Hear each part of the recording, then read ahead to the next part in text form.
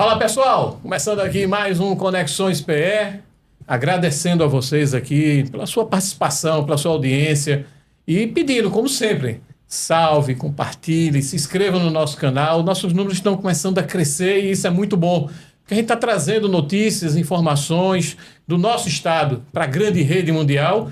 E nosso convidado de hoje, vou deixar meu parceiro aqui, Eduardo, fazer as apresentações, Eduardo. Olá pessoal, hoje temos a honra de ter aqui no nosso Conexões PE, Dr. Rodrigo de Abreu Pinto, com o tema SAF, que é a Sociedade Anônima do Futebol.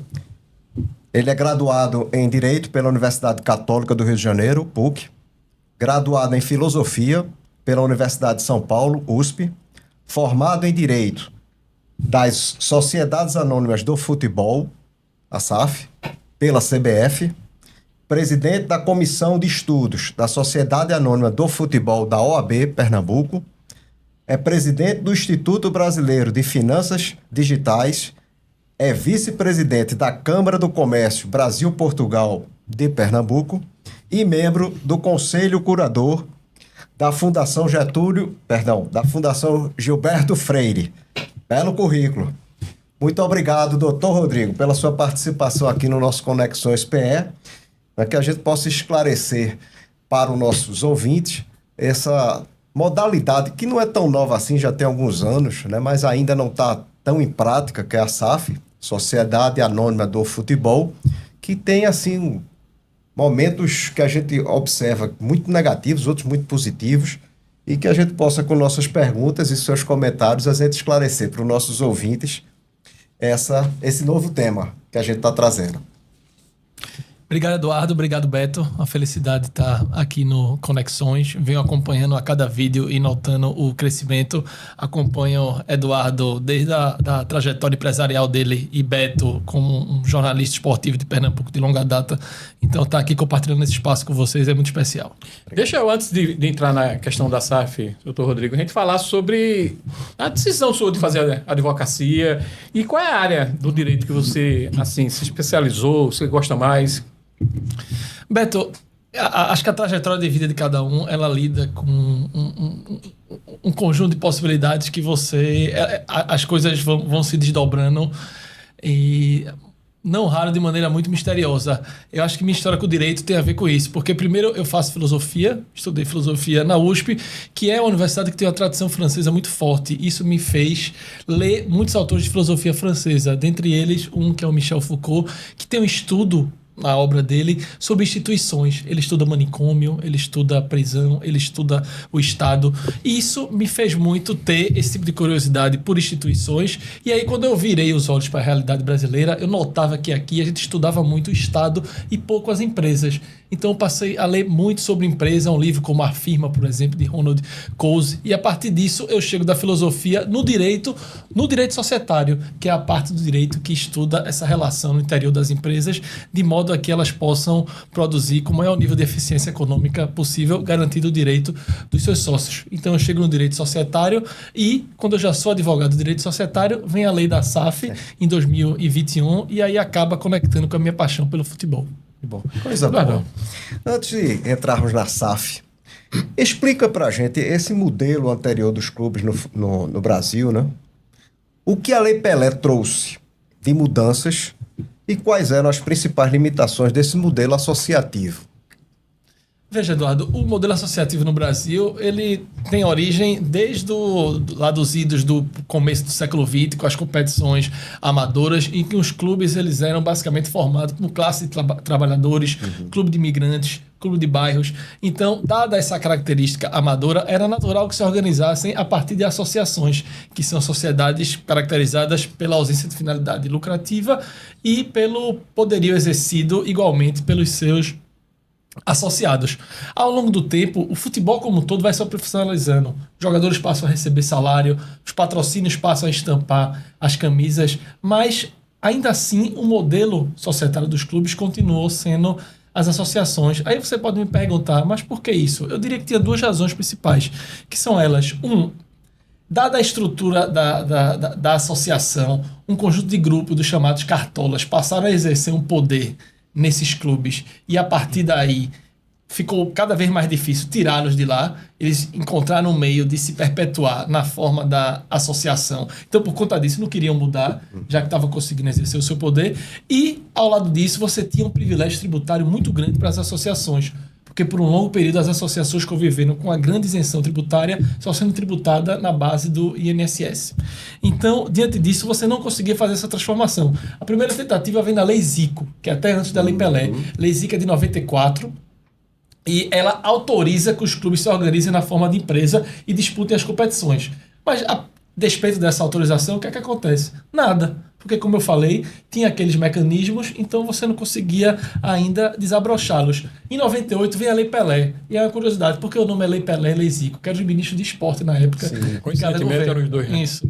E aí vem a Lei Pelé, e a Lei Pelé é mais dura. Se a Lei Zico autorizou, a Lei Pelé diz que no prazo de 2 anos os clubes devem se organizar sob a forma de empresa, seja uma sociedade limitada, seja uma SA. Aí eu pergunto a você, o que é que aconteceu? Nada. Passou o prazo de 2 anos, eles ainda aditaram a lei para colocar o prazo de 3 anos, chegou o prazo de 3 anos e nada. Por quê? Porque faltava, de fato, uma lei que preparasse todo o terreno para essa transformação. E aí, em 2021, depois de um longo processo legislativo sob a caneta do então presidente do Senado, Rodrigo Pacheco, vem a lei da SAF e aí acaba justamente conseguindo colidir com aqueles 2 pontos que eu citei antes. Por um lado, ela oferece uma espécie de mapa, de roteiro para a transformação em SAF, ou seja, um conjunto de instrumentos que são especificamente pensados para o futebol, e ao lado disso, a tributação específica de futebol, que é o chamado sistema TEF, que acabou sendo também um modo de você se contrapor às vantagens tributárias que a associação tinha. Tudo bem que a gente vê que parece que a SAF, o modelo de SAF, ele traz mais vantagens. Eu peguei uns números aqui, que antes das SAFs, o Brasil contava com 136 clubes sob formato empresarial, SA e Sociedade Limitada, e desses apenas 12 fizeram conversões para SAF. Por que não cresceu essa questão dessas empresas nesse formato empresarial, de SA, de limitada? E por que? Porque eu acho que é importante voltar esse clube hoje para SAF. Veja, Beto, o dado mais nítido que a gente tem hoje em dia é que depois de 5 anos da lei, isso é um dado, na verdade, do Instituto Brasileiro de Estudos de Desenvolvimento da SAF, IBSAF, que é liderado pelo professor Rodrigo Monteiro de Castro. O levantamento que eles fizeram no começo do ano mostra que atualmente já tem quase 150 SAFs no Brasil. Então é um número estrondoso. E dessas, Beto, algumas são de fato SAFs que vieram de clubes empresas. Vou dar o exemplo do Amazonas, vou dar o exemplo do Cuiabá. Ao mesmo tempo que você tem exemplos de clubes que já tinham organização sob sociedade limitada, caso do Retrô, caso do Red Bull, e não viram ainda razão para se alterar. Mas o fato é que a lei da SAF acabou desdobrando todo um movimento de transformação dos clubes, e é um movimento generalizado. A gente às vezes fica muito focado, obviamente, nos clubes de Série A, porque é onde a nossa vista alcança mais facilmente, mas o fato é que clubes das mais diversas séries têm se transformado em SAF, inclusive vivido um sucesso numa velocidade que era incomum antes. Porque você tem, por exemplo, vou dar 2 exemplos de 2 clubes do Rio Grande do Norte, Laguna e QFC. Provavelmente a gente não conhece, porque são clubes super novos, já nasceram como SAFs e atualmente já estão, por exemplo, disputando Série D, prestes a disputar a Copa do Laguna Brasil. Que está no grupo até de times de Pernambuco. Eu não sei se é no grupo do Central ou se é no grupo do outro lado. Sim. Mas está no grupo onde jogam, está jogando com pernambucanos. É um belo exemplo, Beto, porque antigamente o processo de criação do clube, você acabava tardando mais para você conseguir chegar nesse nível. Mas hoje em dia, como você tem uma lei já tão bem estruturada que acaba propiciando resultados esportivos rápidos, você tem tido esse crescimento acelerado e isso acaba incentivando que outros clubes também se transformem em SAF cada vez mais. Eduardo, por favor. Ô, Rodrigo, com relação ao modelo de propriedade, o modelo de gestão e, fundamentalmente, o modelo financeiro, de onde vêm os recursos e como se estrutura esse investimento da SAF nos clubes? Veja, Eduardo, eu acho que uma característica muito interessante nisso, que quando a gente presta atenção, a gente vê como é bonito, que é o fato seguinte: quando a gente está falando de operações, de M&A, por exemplo, de aquisições de uma empresa por um outro grupo, por exemplo, a gente está quase sempre acostumado com o fato de que, de um lado, você tem uma sociedade com finalidade lucrativa e do outro lado também. Aí o que é que acontece nesse caso? Vamos pensar, por exemplo, quando a holding que controlava a Vitarella aliena para a M. Dias Branco. O que é que acontece? Quando você tem essa alienação, os acionistas da holding realizam o valor daquela operação na forma de lucro. Ou seja, botam o dinheiro no bolso e vão para casa, vão fazer outros negócios, etc. É assim que geralmente ocorre. Mas qual é a diferença da SAF? Que a SAF, você tem uma associação. Essa associação, ela cria uma SAF, ou seja, ela pega a parte do futebol que está dentro da associação, porque a lei da SAF diz que só pode ter a ver com futebol. Certo. Então vamos pensar um clube como o esporte, que tem vários esportes amadores, etc. Então você vai continuar a associação aqui com todos esses esportes amadores. A parte do futebol, você vai integralizar o capital social da SAF e vai criar. E no primeiro momento, a associação detém 100% das ações da SAF. E aí no segundo momento ela vai poder alienar para um investidor.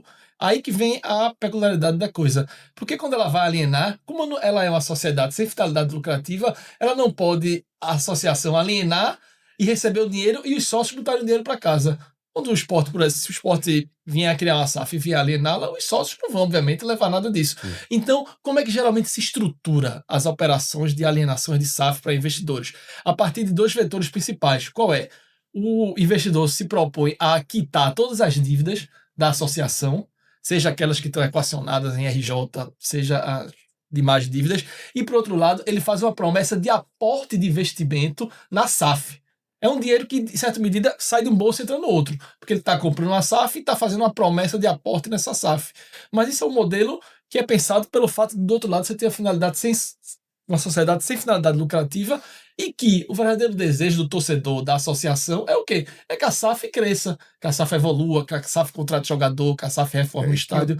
Por isso que vem o modelo do aporte. Que o time seja competitivo, né? Acima de tudo, porque Sim. nós temos um modelo, né, que o torcedor é exigente. Muito. Né? Torcedor do Náutico, do Sport, do Santa Cruz, do Central, enfim. O que passa, até complementando a pergunta do Eduardo, é a preocupação em relação à propriedade. Vamos lá, você virou SAF, tem um dono. Como é que o torcedor vai entender isso? Como é que a gente consegue colocar na cabeça? Ó, a partir de hoje, tu não manda. Tu não tem poder mais, você não tem um conselho para tirar. É outro tipo de gestão. Eu acho que é um trabalho muito mais complicado de você tentar explicar isso ao torcedor, né? Essa questão ó, a partir de hoje o clube não tem como você chegar lá e derrubar o presidente. Você não derruba mais o presidente, ou seja por impeachment, qualquer coisa, você não tem como derrubar. É do dono. Essa para mim vai ser a coisa mais complicada de você derrubar, principalmente no nosso estado. Eu falo aqui de Pernambuco, porque nós somos muito, muito apaixonados pelos clubes e isso, não sei se a gente vai conseguir entrar e conseguir colocar isso na cabeça do torcedor. Veja, a lei da SAF, ela não predetermina qual deve ser o caminho da gestão dessa SAF. O que é que eu estou querendo dizer? Você tem um modelo de SAF que você consegue preservar essa grande característica das associações, que é a participação dos associados na definição do destino do clube. O que é que eu estou querendo dizer? Eu acabei de falar que a associação, ela cria a SAF e se torna detentora de 100% das ações dela, entendeu? Você tem um modelo mundo afora em que a SAF não vende o controle. Isso acontece no Ajax, Bayern de Munique, Borussia Dortmund, Benfica, Porto, Sporting, Fenerbahçe, Galatasaray, Besiktas. São clubes que, por um lado, entenderam a importância do modelo associativo, acham que é valioso essa participação dos sócios na deliberação, quanto que deve ser feito, mas, por outro lado, entenderam também a importância de você colocar toda aquela riqueza patrimonial do futebol dentro de uma roupagem empresarial, para estar ali lidando com regras de gestão, de prestação de contas, de administração mais sofisticadas. Então, a lei da SAF, ela, aqui no Brasil, ela também permite o mesmo modelo. É um modelo que ainda não vem sendo muito colocado em prática, mas você tem, por exemplo, no Fortaleza um modelo parecido, no América Mineiro, no Atlético Goianiense. Então, eu acho que cada vez mais a gente vai passar a olhar para esse modelo, porque vou dar um exemplo da reforma tributária. A gente teve a reforma tributária agora que mudou a tributação das associações. Então, as associações agora vão estar sujeitas a uma carga tributária maior do que as SAFs. Então, vamos pensar um exemplo de clubes no Brasil que tem um modelo associativo de mais com maior envergadura do que os demais, que é Grêmio Internacional. Você tem, por exemplo, eleições para definição do presidente com participação de mais de 30 mil torcedores. Se a gente olhar aqui o exemplo, por exemplo, dos clubes de Pernambuco, 10%. fica entre 2 mil, 3 mil. Então, esses clubes, muito provavelmente, uma vez que eles não queiram, por exemplo, abrir mão desse laço associativo, eles devem partir para esse modelo de criar uma SAF em que a associação permanece como controladora, inclusive com a possibilidade de você alienar as ações para acionistas minoritários, que vão ter participações ali, mas não vão definir o destino do clube. É o que acontece, por exemplo, o Bayern de Munique vai jogar hoje, inclusive, com o PSG, e no modelo dele, a associação é controladora, mas tem outros acionistas minoritários que fazem aportes, ajudam o clube, mas o poder de decisões permanece na associação. Então, esse é um modelo que a gente tem, a associação permanecendo controladora. Mas eu ainda queria ficar nessa pergunta, Beto. Por quê? Porque mesmo no caso em que o investidor adquira a SAF, eu insistiria nisso. A lei da SAF tem muitas proteções que protegem a associação no sentido de que esse investidor não vai poder agir conforme a seu bel prazer, inclusive indo de encontro com a história e as tradições do clube. Você tem lá as chamadas, Eduardo, que são as ações classe A. O que são as ações classe A? São ações que a lei da SAF reconhece que só a associação que criou a SAF podem ter. E elas dão para a associação um conjunto de poder de vetos que ela pode exercer na sociedade, independente se a participação acionária dela for pequena. Então ela vai poder ali vetar qualquer mudança de município, de hino, sim. de símbolo, de cor, de operação de M&A que venha a ser feito com a SAF, da SAF deixar de participar da competição A ou B, de, por exemplo, se para a integralização do capital social foi dado o estádio para a SAF não vai poder se desfazer sem a aprovação da associação. Enfim, tem toda uma armadura institucional que a lei da SAF criou, que é para justamente remediar esse temor que você citou. Proteger, né? Eduardo, por favor. Com relação à figura do empresário de jogador, a gente observa que essa é uma prática muito comum nos clubes. Como é que vai ficar essa situação quando todos os clubes tiverem SAF? Como é que fica o empresário de futebol e também com relação a exemplos no Brasil de SAF que estão com sinais positivos e estão sendo bem estruturadas e estão tendo êxito com relação a esses modelos, tanto do patrimônio, como do processo decisório, como financeiro. Então, essas duas perguntas juntas, quer dizer, como fica o empresário e como estão as SAFs hoje. Você pode dar exemplo bem-sucedidas aqui no Brasil. Eduardo, com relação ao papel dos empresários e jogadores, ele acaba que não é muito alterado, porque o tipo de vínculo que hoje em dia, um vínculo contratual que uma associação tem com um jogador, ele, em larga medida, vai ser o mesmo tipo de vínculo que a SAF vai ter com esse jogador. O que muda na transformação da associação para a SAF é o vínculo, na verdade, entre os sócios acionistas das estruturas. Os jogadores em si, que no caso são os empregados, vão estar lá sujeitos aos seus contratos, por exemplo, CLT, eles acabam que não são muito alterados. Então, todo o mecanismo de participação econômica que os empresários têm nessas operações com os jogadores, ela acaba não sendo afetado especificamente pela lei da SAF. Isso acaba, na verdade, ficando sob a alçada de outras leis, inclusive de competência da FIFA, da CBF, que regulam mais propriamente essa questão de transferência de jogadores. Sobre a pergunta relacionada a exemplos de SAF que vem obtendo êxito, é muito comum aqui que, obviamente, alguns casos em que a gente verifique qualquer tipo de ruído, como, por exemplo, o caso do Botafogo, o caso do Vasco, isso acaba criando uma espécie de penumbra que eu acho que pode gerar uma visão distorcida sobre o processo que está acontecendo. E para contrapor isso, eu citaria uma série de exemplos que eu acho de SAF que são bem-sucedidas e que servem de ilustração para o sucesso do modelo. Vou começar pelo Bahia. Sim. A gente tem um clube aqui do Nordeste que há muito tempo, Beto sabe muito bem disso, não conseguia competir de igual para igual com os clubes de ponta, de Rio, São Paulo, Minas Gerais, Rio Grande do Sul, e agora a gente está tendo um exemplo disso. A gente tem outro exemplo do próprio Red Bull, que você citou, Beto, que é uma sociedade limitada, não é SAF, mas se organiza parecido e está aí resistindo na Série A bravamente já há alguns anos. A gente tem o Curitiba, que passou por um processo de reestruturação, subiu bem da Série B para a Série A, está fazendo agora uma boa campanha. Tem um exemplo do Cruzeiro, passou 3 anos na Série B e depois conseguiu o retorno para a Série A, em ano passado está, por exemplo, disputando o título.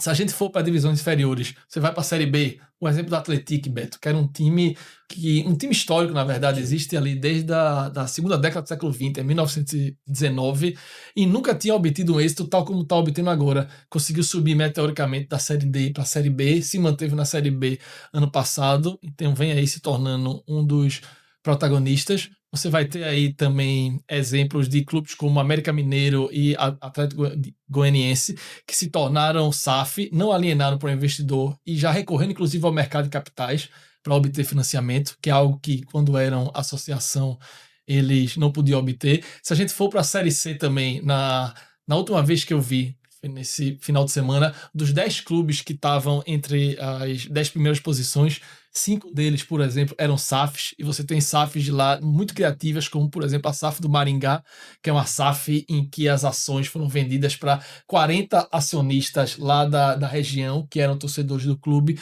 Por exemplo, você tem o exemplo do Ferroviária, que passou 30 anos sem disputar campeonatos de ponta, e ano passado estava na Série B, esse ano está na Série C de novo. Botafogo da Paraíba, desde 89 não disputa a Série B, e agora está brigando para subir de novo. E fora alguns exemplos da Série D, que eu citaria especificamente a Portuguesa, que é um clube aí que acabou se tornando inexpressiva no raio dos últimos 10 anos e agora está num super processo de retomada, fez um bom campeonato paulista e agora tem tudo para subir na Série D, justamente depois de se tornar SAF. E na prática, só completando, Beto, na prática, esses investidores é como você investir em ações. Né? Você comprou uma ação do Banco do Brasil, você comprou uma ação da Petrobras, alguma coisa nesse sentido, você não só vai ter direito aos dividendos, assim, quando acontecerem, como também você pode se desfazer, pode realizar. Né? Há alguma diferença com relação a isso? Não, a sociedade? Não.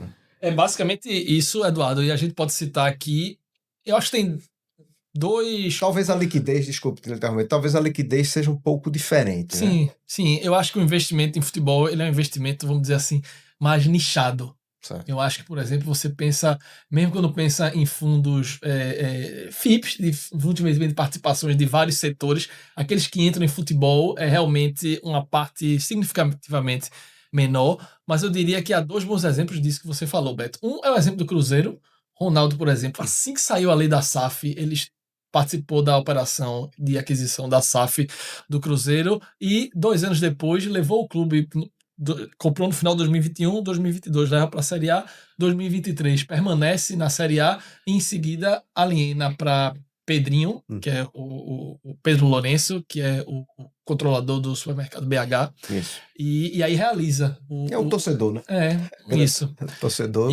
E a gente tem outro exemplo que é na Premier League. O que é que acontece lá? Lá você tem muito a tradição de fundos, de investidores adquirindo equipes que estão na 3ª ou 2ª divisão, levam até a Premier League e quando chegam na Premier League, eles fazem a alienação. E por que isso é muito importante? Porque o futebol, e essa é uma característica muito particular do mercado de futebol, ele é um mercado muito intensivo em capital. Sim. O que eu estou querendo dizer?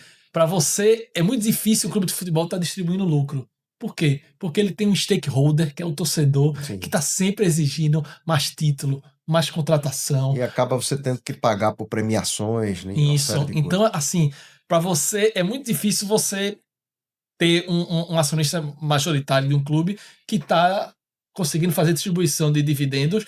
Inclusive, isso explica porque há tão poucos clubes que são de capital aberto.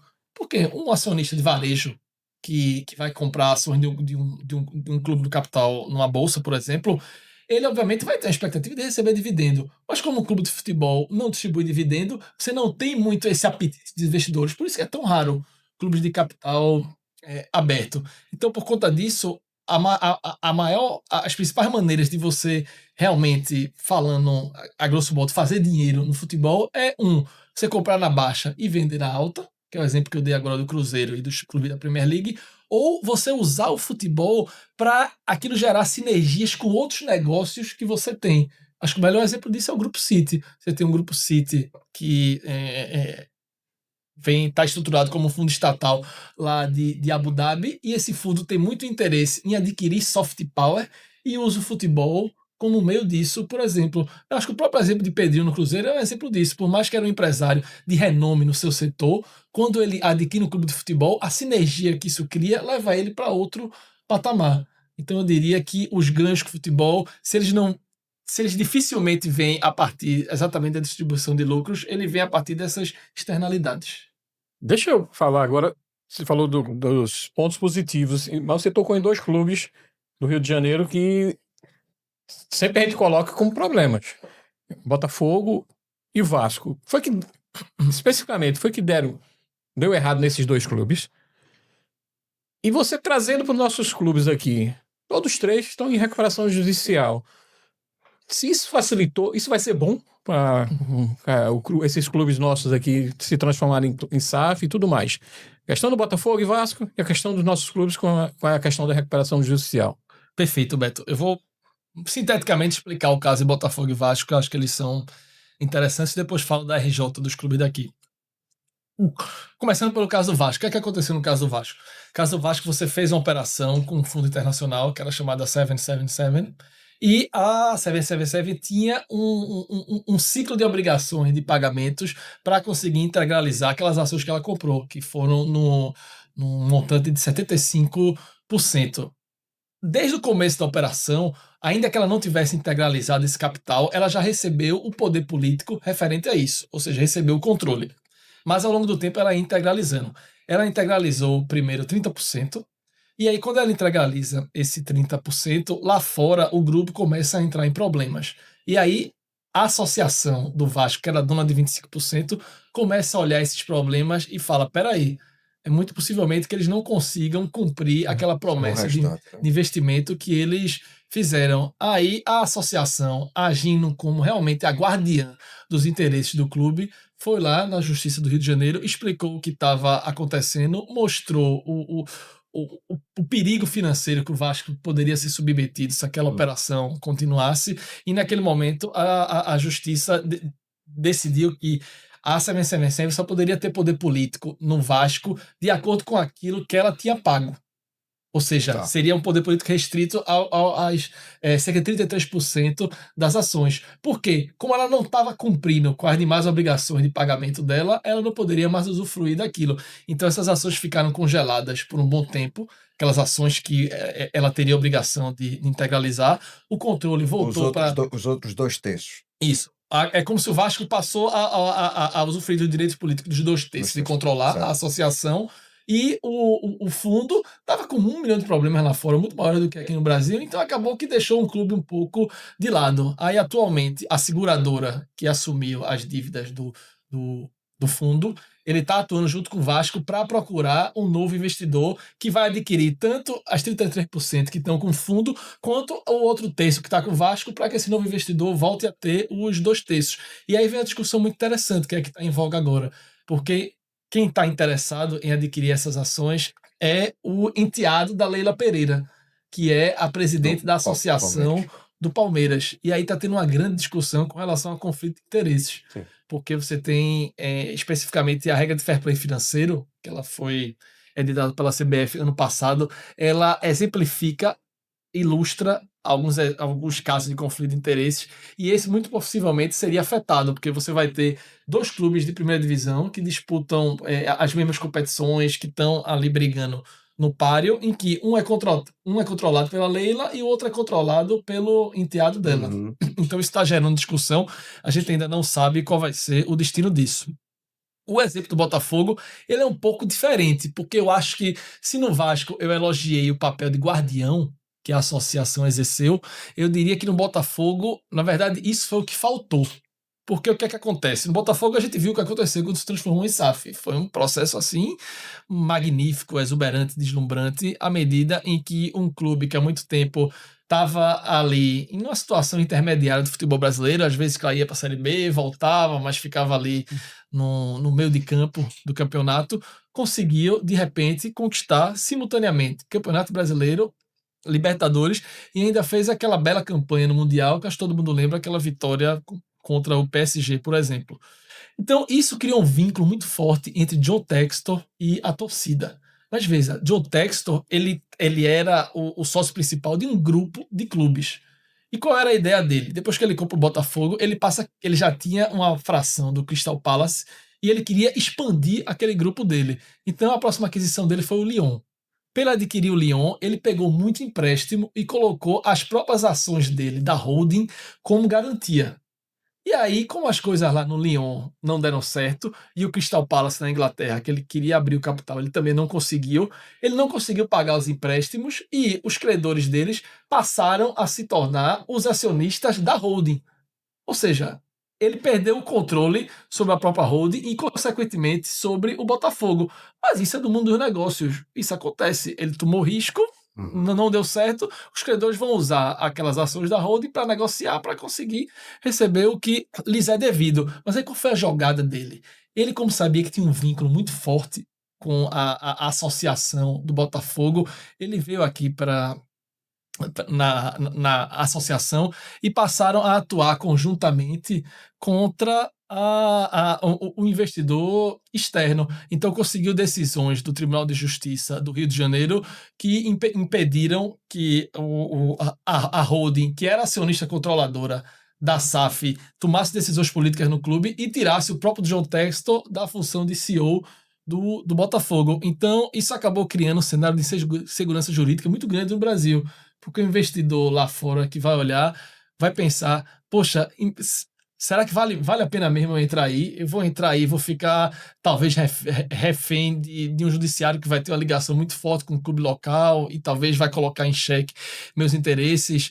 A própria associação que teria por dever defender o clube, não poderia ter atropelado meus interesses assim. Então acho que foi uma situação muito complicada, tenho receio dos efeitos que isso vai ter e que ainda está rolando na verdade. A gente teve recentemente decisões do Tribunal Arbitral da FGV, que aí de fato retirou o Joe Textor, mas aí depois já veio outra decisão judicial por cima de novo. Enfim, é uma parafernália que a gente não sabe muito bem como vai acabar, mas eu diria que isso faz parte, você entende muito bem disso, Eduardo, isso faz parte do mundo dos negócios. Regra do jogo, né? Exatamente, e não acho que esse caso, por exemplo, sirva de uma ilustração cristalina do fenômeno de SAF. E na parte da recuperação judicial. Sim, isso é muito importante, porque isso é uma coisa, isso foi outra inovação da lei da SAF, que foi, no Brasil, a gente sabe que as associações elas não têm autorização para ingressarem em recuperação judicial. E a lei da SAF, entendendo a dificuldade que os clubes viviam e que a recuperação judicial deles poderia incentivar um saneamento do futebol que atrairia investidores, criou a permissão expressa de que as associações elas ingressasse em recuperação judicial. Então, um procedimento que se transformou padrão foi justamente esse em que as associações entram em recuperação judicial, equacionam o seu passivo para, a partir daí, pensarem, por exemplo, em iniciar um processo de roadshow junto com investidores, porque vão estar com um ativo muito mais valioso, já que o seu passivo está muito bem estruturado. Você tem um exemplo aqui dos 3 clubes de Pernambuco que estão nesse processo, tem um exemplo, por exemplo, do Curitiba, que passou justamente por isso. Então, acabou que essa permissão que a lei da SAF deu para as associações abriu essa porta e acabou sendo muito positiva. Eduardo. Só completando aí para esclarecer essa questão do conflito de interesses. Por exemplo, nós temos aqui Náutico, Santa Cruz Esporte, vamos supor que o City, que está lá no Bahia, queira fazer o mesmo aqui com um dos times daqui de Pernambuco. Isso é proibitivo? Não é proibitivo? Como é que a lei fala ou não tem nada? Você fala o City, sim, o interesse do grupo City. O mesmo que está lá no Bahia, quisesse... Não, ele não poderia. Não poderia. Tem a lei é proibido. É proibido. Aquele caso que eu citei do Vasco do Palmeiras, ele é um pouco diferente, porque a lei da SAF, como só trata... Sim. Das SAFs, aquele lá, Palmeiras é uma associação. Eu só queria clarificar isso. Quer dizer, é proibido. É proibido. A lei da SAF traz um dispositivo expresso que diz que um controlador de uma SAF não pode controlar uma outra SAF. Okay. Você tem, inclusive, um exemplo aqui no Brasil, que é o Guilherme Belintani, que é justamente o presidente do Bahia, que fez a alienação para o Grupo City. Ele, hoje em dia, ele é sócio de um fundo que faz investimento em clubes, e ele viveu justamente esse dilema, porque ele adquiriu o Londrina e o Clube de São Paulo Linense. Aí qual foi a saída que ele achou? Ele estruturou o Londrina como SAF e o Linense como uma SA, justamente para conseguir fugir dessa vedação da lei da SAF.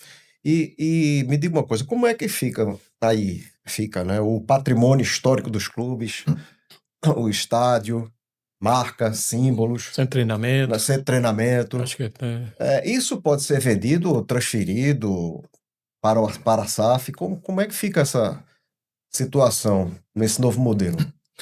Veja, Eduardo e Beto, a lei da SAF, ela acabou conferindo às partes que vão estar negociando uma liberdade, uma autonomia que é louvável. Então, você tem a possibilidade de fazer vários arranjos.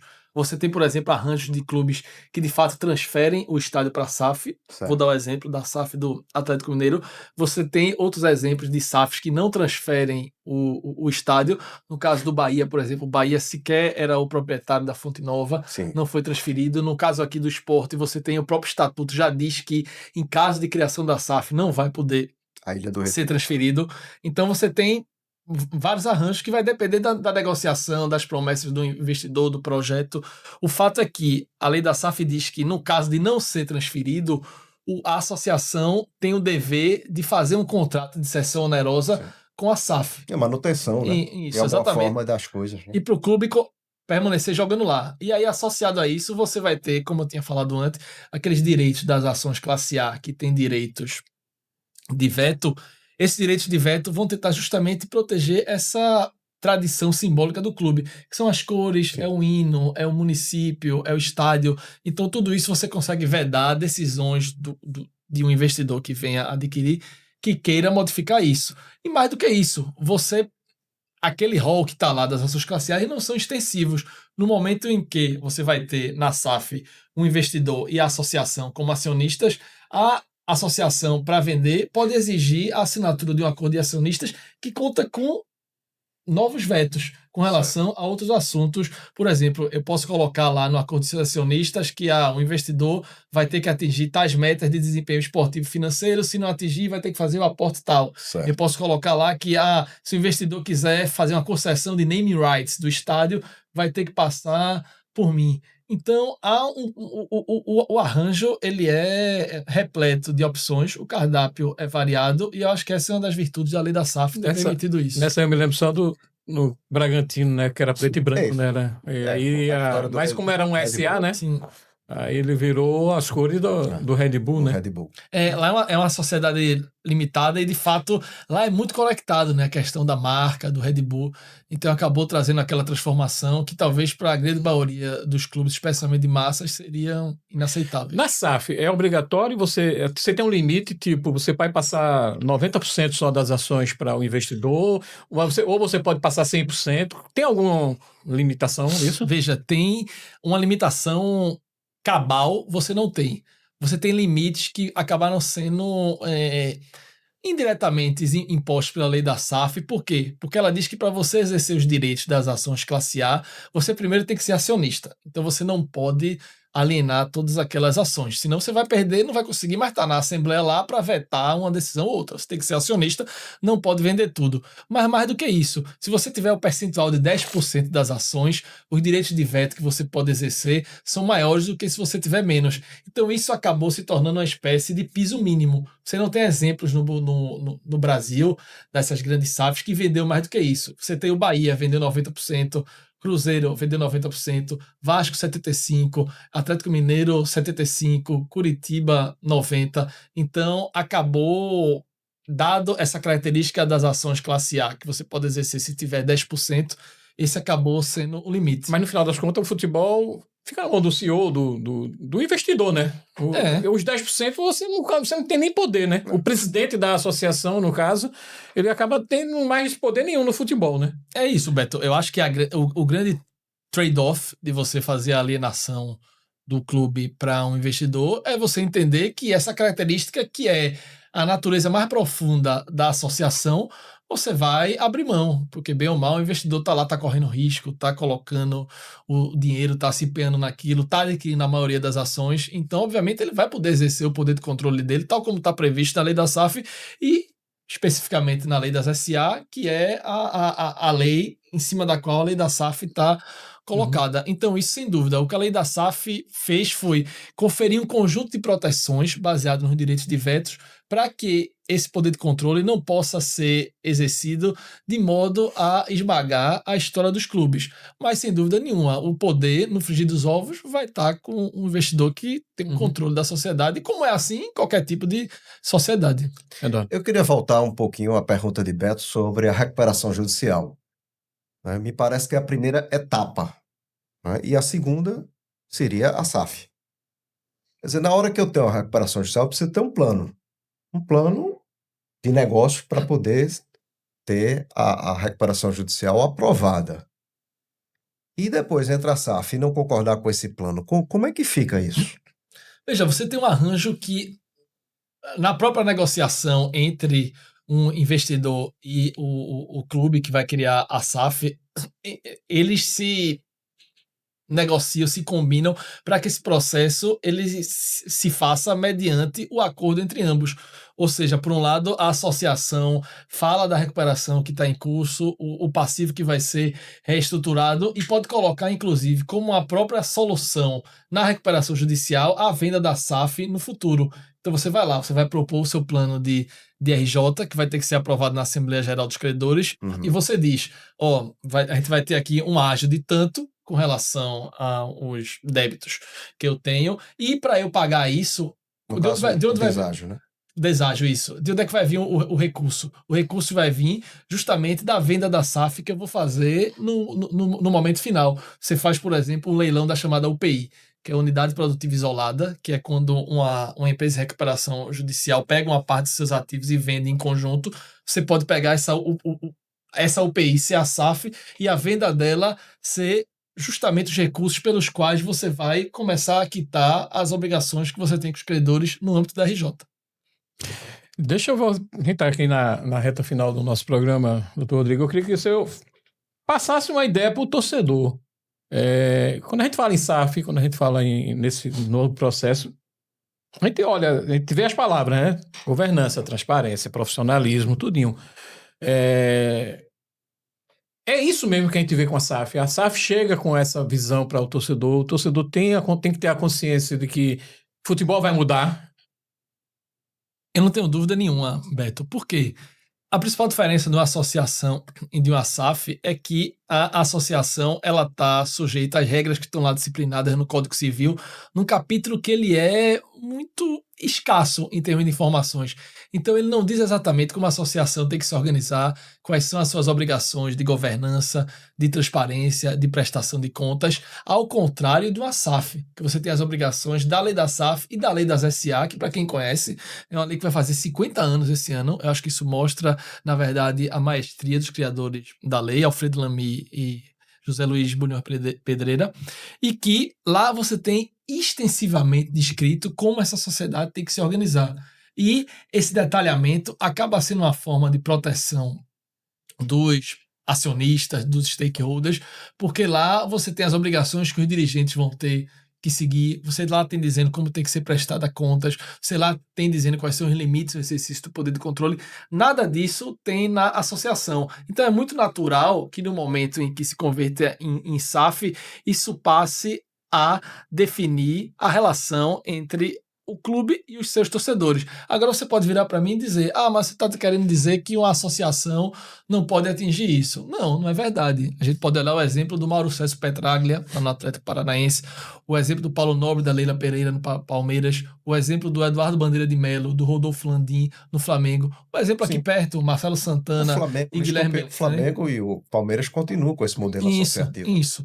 Então, você tem como, numa associação, criar uma estrutura de compliance interna extremamente sofisticada. Gestão, né? Isso. Gestão. E o que eu aponto é que a SAF é como se ela fornecesse uma espécie de via rápida para isso, que como tem lá a determinação legal, você vai ter que se estruturar daquilo, e claro, até a coisa realmente internalizar na cultura do clube vai levar um tempo, mas você, desde do day after da transformação em SAF, você vai passar a se organizar aquilo. Por isso que é importante também você fazer a mudança do estatuto da associação, né? Sim. Porque na hora que você muda o estatuto da associação, onde você pode modernizar a gestão do clube, você já pode dar um passo à frente. Perfeito, Beto. Eu acho que, inclusive, esse é um processo que está em curso atualmente no no Sport Clube do Recife, que fizeram a reforma do estatuto há 2 anos, e a parte de SAF ficou especificamente sob a responsabilidade do ex-presidente João Humberto Martorelli, e ele estruturou justamente um caminho para a SAF, justamente de modo a que, independentemente do presidente que tenha lá, ele faça esse processo de forma mediado e conforme as decisões que estão lá no estatuto. Então lá o estatuto diz qual é o procedimento que tem que ser feito, inclusive para a modelagem econômica e financeira do projeto, e também cláusulas que vão ter que estar no acordo de acionistas, no novo estatuto da SAF. Então isso acabou dando uma camada de proteção muito grande, porque a gente sabe que numa associação a gente não sabe muito bem quem vai ser o presidente daqui a 2, 3 anos. Então você, tendo criado esse roteiro, acaba dando uma segurança, e é algo que a gente viu também em outros clubes do Brasil. Nós temos aqui, nós estamos, melhor dizendo, no modelo de paixão. O clube é uma paixão. Ele só existe porque existem torcedores, né? Eu costumo dizer que, inclusive, que um clube de futebol é uma instituição, entre aspas, pública, entre aspas, movida à emoção. Que mensagens você daria aí para os conselheiros, para os dirigentes, né, torcedores, sócios, com relação a essa questão? Porque, veja, falamos muito aqui, né, da racionalidade do profissional, do modelo financeiro, do modelo de propriedade, do modelo de gestão, e como fica essa questão da paixão? Não deu certo, não está dando certo, não está sendo competitivo, porque o torcedor quer vitória. Uma pitadinha do filósofo. Isso. Uma pitadinha do filósofo também. Preciso de filosofia isso. Nesse momento. Uma pitadinha do filósofo. Como é que o filósofo vê essa paixão dentro desse modelo todo que a gente conversou? Eu acho que essa, para mim, é uma das características mais fascinantes do futebol, que é quando você compara com outras estruturas empresariais, você tem a figura do stakeholder, que você conhece muito bem, né, Eduardo? Que numa empresa, em geral, o stakeholder são os seus consumidores, a sociedade.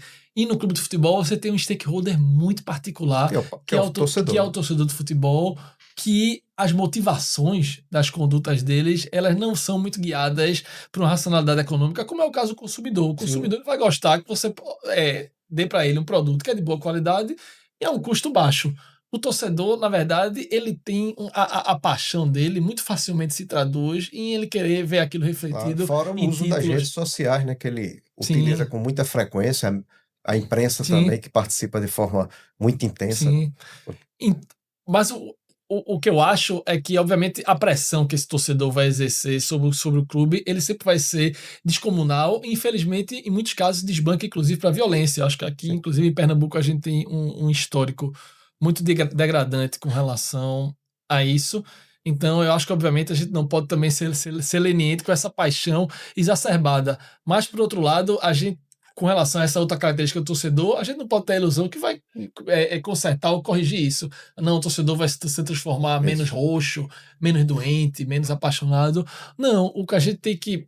Eu acho que o grande desafio que os clubes têm pela frente é, cada vez mais, ter uma comunicação mais transparente, ter os seus processos trazidos mais para perto do torcedor, para que, à medida em que ele entenda a complexidade da gestão daquele clube, ele se transforme mais parceiro, mais compreensivo de algumas decisões. Eu acho que esse é um processo que, inclusive, quando eu estava fazendo o curso que você falou antes de SAF lá na CBF, um dos professores era o Guilherme Belintani, e a gente conversou justamente sobre isso, como um dos processos que tem ocorrido no Bahia atualmente é justamente a torcida entendendo as transformações que a SAF vem fazendo e tem tido paciência com algumas coisas. O principal caso é do técnico, Rogério Ceni.